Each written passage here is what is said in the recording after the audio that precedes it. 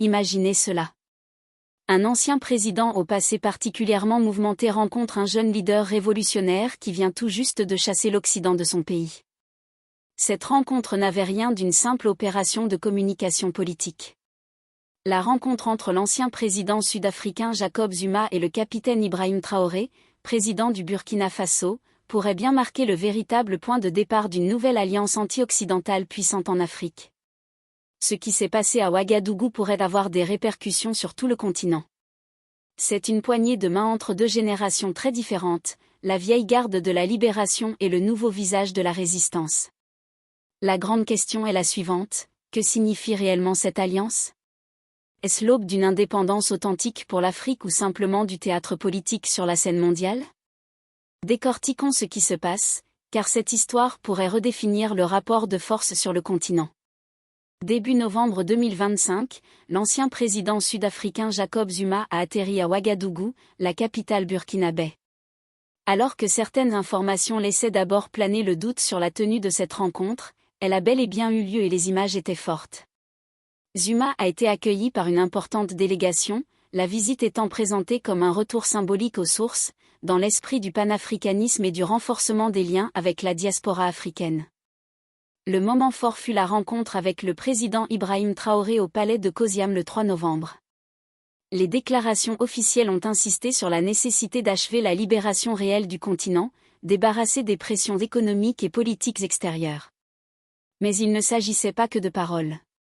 En mettant en avant son passé de compagnon de lutte de Nelson Mandela, Jacob Zuma a clairement montré qu'il ne s'agissait pas d'une simple tournée d'anciens présidents à la retraite. C'était un soutien public et assumé à la voie choisie par le Burkina Faso.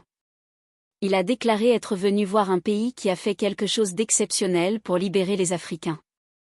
Des mots prononcés sur le sol burkinabé qui envoient un message clair, un nouvel alignement est en train de se former. Pour comprendre l'importance de cette rencontre, il faut regarder les deux hommes qui en sont le centre. Ils incarnent un mélange fascinant entre les luttes passées de l'Afrique et sa défiance actuelle. D'un côté, le capitaine Ibrahim Traoré, 36 ans, plus jeune dirigeant du continent, devenu une icône pour la nouvelle génération panafricaniste. Depuis son arrivée au pouvoir par un coup d'État en 2022, il mène une politique anti-impérialiste assumée et sans compromis qui fait vibrer la jeunesse africaine. On le compare souvent à Thomas Sankara, le héros martyr du Burkina Faso, tant il met l'accent sur l'autosuffisance et la fierté nationale. Il a expulsé les troupes françaises, suspendu les médias français, tourné le dos aux institutions financières occidentales comme le FMI. Il tente de construire un nouveau modèle, au service du peuple burkinabé. Son gouvernement a repris un plus grand contrôle des mines d'or pour que la richesse du pays profite enfin à ses citoyens et a même rendu obligatoire, un jour par semaine, le port du fagala, tissu traditionnel d'Amphonie, pour les fonctionnaires. Pour beaucoup, Traoré représente l'avenir du continent, audacieux et souverain. De l'autre côté, Jacob Zuma, 83 ans, vétéran de la lutte anti-apartheid en Afrique du Sud, géant politique qui a dirigé le pays près de 10 ans. Son bilan est contrasté, d'un côté les titres de gloire de la lutte de libération, de l'autre les scandales de corruption de sa présidence. Mais depuis son départ du pouvoir, il s'est repositionné comme un sage panafricain. Sa présence à Ouagadougou donne une légitimité historique à la révolution moderne portée par Traoré. Il incarne la mémoire vivante du combat contre l'apartheid et son soutien relie cette lutte d'hier à la bataille d'aujourd'hui contre le néocolonialisme. En se tenant aux côtés de Traoré, Zuma indique que les nouveaux mouvements souverainistes au Sahel ne sont pas un phénomène isolé, ils sont le chapitre suivant de la longue marche de l'Afrique vers la liberté totale. L'objectif affiché de cette rencontre était ambitieux, définir la voie vers une libération réelle de l'Afrique. Les deux dirigeants ont martelé que le combat n'est plus seulement politique, mais surtout économique. Lors d'un discours à Ouagadougou, Jacob Zuma a déclaré que l'Afrique doit prendre en main son avenir et ses ressources, un message qui colle parfaitement à la politique de Traoré. Il a salué les « décisions très justes » prises par le Burkina Faso en matière de souveraineté africaine. Cette idée n'est pas nouvelle, mais l'énergie qui la porte l'est. Au cœur de leur projet commun, le nationalisme des ressources. On connaît tous le paradoxe, l'Afrique regorge de richesses mais reste pauvre.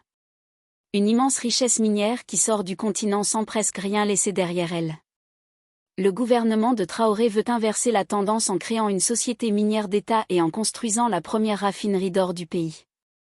Le Burkina Faso veut garder chez lui la valeur ajoutée de ses ressources. C'est un défi direct lancé au système économique mondial qui profite depuis trop longtemps des matières premières africaines. Le soutien de Zuma est un événement majeur dans ce contexte. Il symbolise une convergence d'idées entre les principes de libération de l'ancienne génération sud-africaine et les actions résolues anti-impérialistes qui se déploient actuellement dans le Sahel. Le message est clair et direct, la liberté politique conquise par la génération de Nelson Mandela n'a de sens que si elle s'accompagne d'une indépendance économique réelle. Cette visite équivaut à une proclamation solennelle selon laquelle la maîtrise de ses propres minerais, de ses terres et de ses finances représente l'ultime étape de la décolonisation. Cette rencontre s'inscrit dans un vaste jeu d'échecs géopolitiques qui redessine la carte de l'Afrique de l'Ouest. Le signe le plus évident en est la création de l'Alliance des États du Sahel, AES, formée en septembre 2023. Cette confédération regroupant le Burkina Faso, le Mali et le Niger repose sur une défense collective et un appui mutuel. Ces trois pays, tous dirigés par des juntes militaires, ont choisi de rompre avec l'Occident.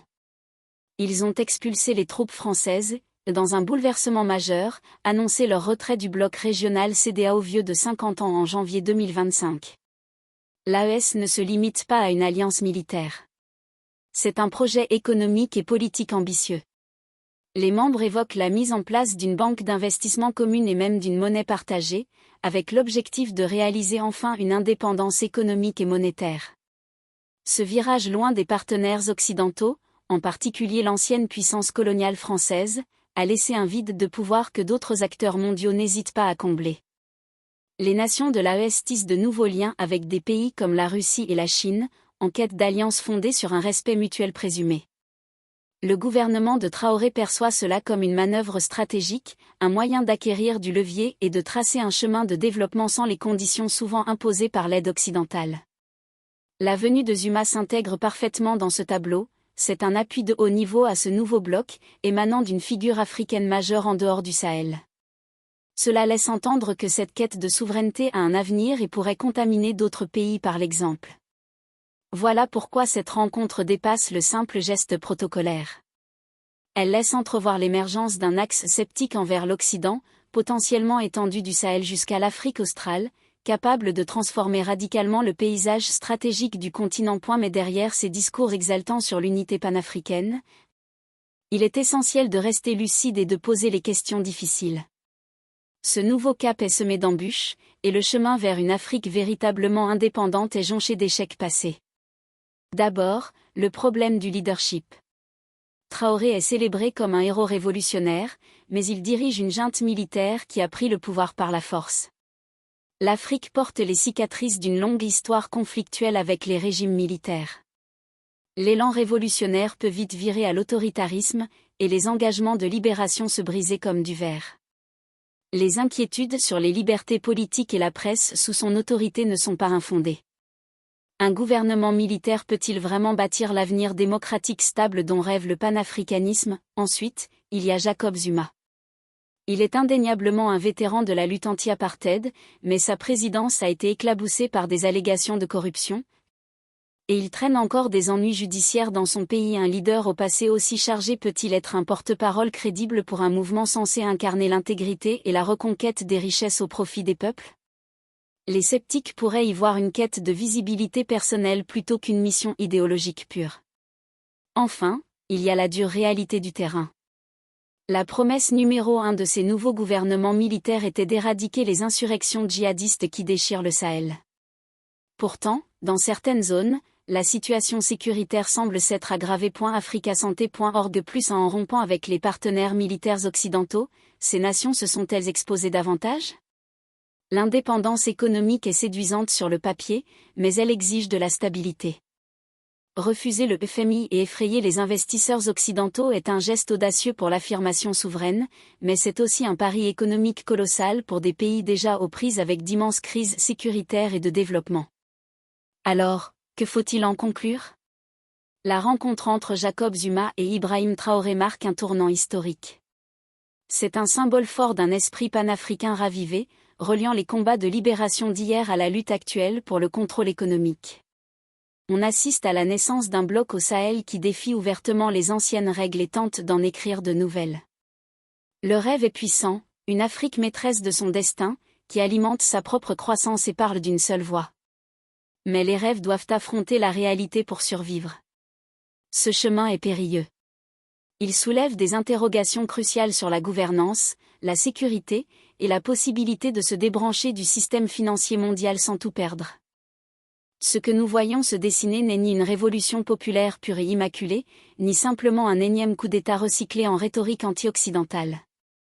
C'est un phénomène hybride, bien plus complexe et potentiellement bien plus dangereux, ou prometteur, que ces deux extrêmes. Ce n'est pas, encore, une révolution populaire au sens classique. Les foules qui acclament Traoré à Ouagadougou sont réelles, mais elles restent largement concentrées dans les grandes villes et parmi une jeunesse connectée. Dans les campagnes, beaucoup de Burkinabés sont surtout épuisés par l'insécurité et la misère, et soutiennent le régime surtout parce qu'il promet, enfin, de les protéger.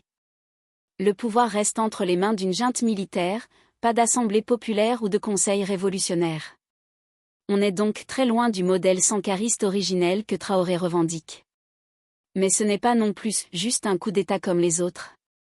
Ce qui distingue l'AES, Burkina, Mali, Niger, des coups classiques, c'est la rapidité et la cohérence avec laquelle ces trois juntes ont, rompu avec la France de façon irréversible, créé une alliance structurée qui va au-delà de la simple solidarité de façade, commencer à poser les bases, même balbutiantes, d'une alternative économique et monétaire. Cela dépasse largement le simple discours, il y a une volonté réelle de réécrire les règles du jeu régional. Le vrai test, 2026 à 2030. Tout va se jouer dans les 5 prochaines années. Est-ce que l'AES arrivera à stabiliser un tant soit peu le front sécuritaire? Aujourd'hui, la situation reste catastrophique, voire pire qu'avant dans certaines zones. Est-ce que la raffinerie d'or burkinabé, la banque d'investissement de l'AES ou la monnaie commune verront vraiment le jour et fonctionneront? Est-ce que ces régimes accepteront, à un moment, de rendre le pouvoir à des civils via des élections crédibles, ou basculeront-ils dans un autoritarisme durable à la égyptienne? Si au moins 2 de ces 3 points aboutissent, alors oui, nous serons face à la naissance d'un bloc africain réellement nouveau, souverain et influent la première fois. Depuis l'indépendance que des pays francophones osent une rupture aussi radicale et collective. Si, au contraire, l'insécurité continue de s'aggraver, si les projets économiques restent des annonces et si les juntes s'incrustent indéfiniment, alors ce sera une nouvelle séquence triste dans l'histoire déjà longue des espoirs panafricains déçus. Pour l'instant, je penche pour un entre-deux prudent. On assiste à la naissance d'un axe souverainiste qui a une vraie dynamique et qui fait déjà trembler l'ordre néocolonial ouest-africain, mais qui reste extrêmement fragile et qui peut très bien s'effondrer ou dégénérer en dictature nationaliste classique. Le lion africain grogne, il montre les crocs, il a même mordu la main française, mais il n'est pas encore debout, et on ne sait pas s'il va se lever pour courir ou s'il va se rendormir, blessé, dans 2 ou 3 ans. L'histoire est en train de s'écrire sous nos yeux. Et pour une fois, ce n'est pas à Paris, Washington ou Pékin qu'on écrit les premières lignes, c'est à Ouagadougou, Bamako et Niamey. Reste à savoir si ceux qui tiennent la plume sauront écrire autre chose que les mêmes vieux chapitres.